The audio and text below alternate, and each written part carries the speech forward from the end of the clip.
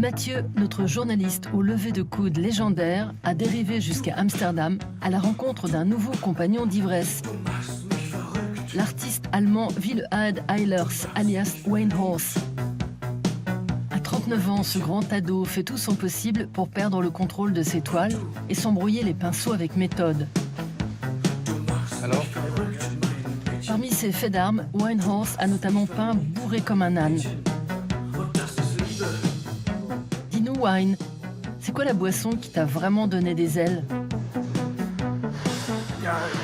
C'est cliché, mais je me souviens que l'absinthe rend vraiment fou. Je pensais, ouais, l'absinthe, ça rend dingue et blabla et tout le truc. Et je me suis retrouvé à suivre un type un jour que je connaissais parce que je le voyais tous les jours. Il bossait à la station-service. Je me souviens être devenu tout d'un coup très triste. J'ai pensé, ce gars ne connaît même pas mon nom. Il n'y a aucune raison qu'il connaisse mon nom, mais j'ai attendu devant la station-service jusqu'à très tard le soir, en me disant, je vais attendre qu'il finisse de bosser et je vais lui en toucher un mot. Heureusement, je ne l'ai pas fait.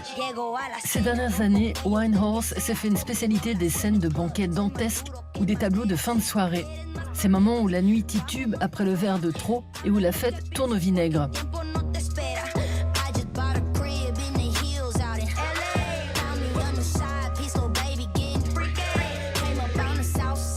Soucieux de perdre ses bonnes habitudes, l'artiste s'applique du mieux qu'il peut à se tirer une balle dans le pied. En plus de peindre après l'apéro, il a aussi l'habitude de dessiner les yeux bandés ou sans regarder la toile.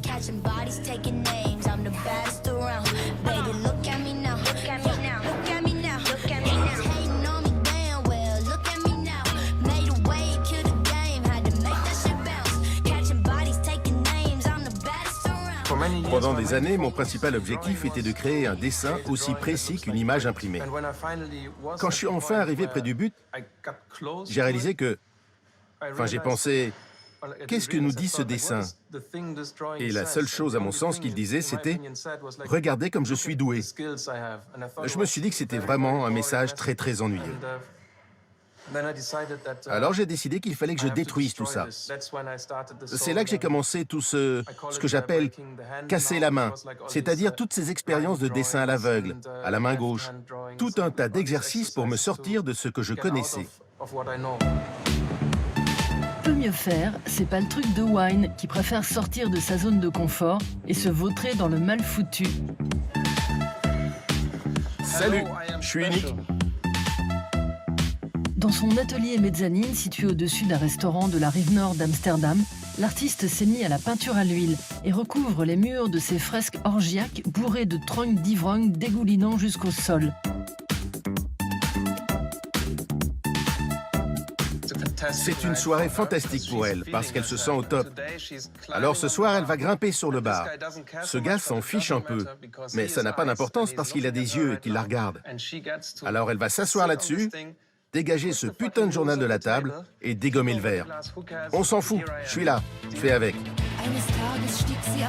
Né en 81 d'un père anesthésiste et d'une mère formatrice en gériatrie, Wille-Ad grandit à Brême, au nord de l'Allemagne, dans une famille de classe moyenne.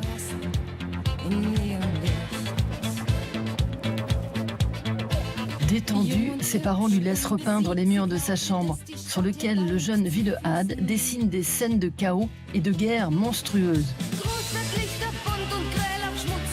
À 13 ans, l'artiste en herbe découvre le graffiti, puis il réalise ses premières vidéos en filmant ses copains en train de faire du skate. Et enfin, à la vingtaine, le jeune Allemand s'installe à Amsterdam et intègre la très conceptuelle Riet-Wel Academy, puis la prestigieuse Rex Academy, l'Académie royale des beaux-arts d'Amsterdam. En parallèle de ses dessins, Wayne Horse réalise aussi des courts-métrages absurdes comme ici Bread Helmet, où il se transforme en chair à pigeon avec son casque en pain de mie.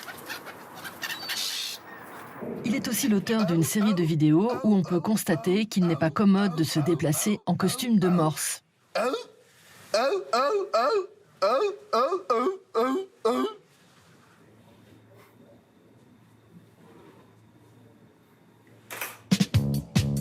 Pour composer ces scènes qui partent en sucette, Wayne Horse erre sur Internet en quête de son top of the foireux.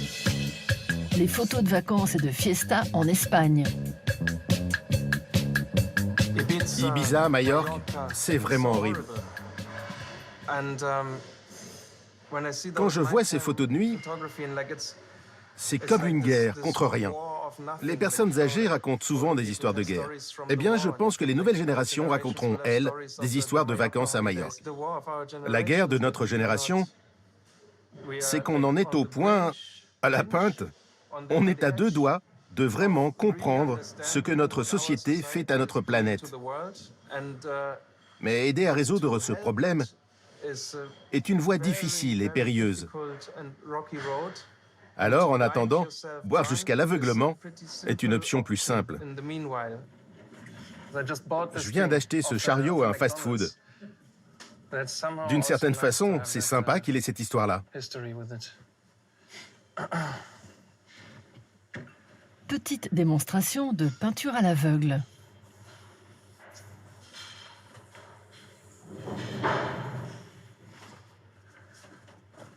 Il s'accroche à elle.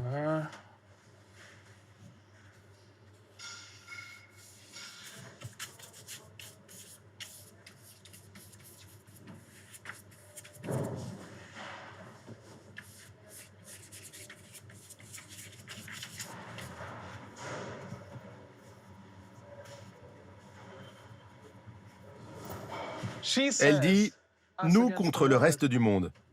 Et lui, dans sa joie, ajoute « et moi contre toi ». Ce qui renforce le « nous contre le reste du monde » à nouveau. C'est vraiment beau.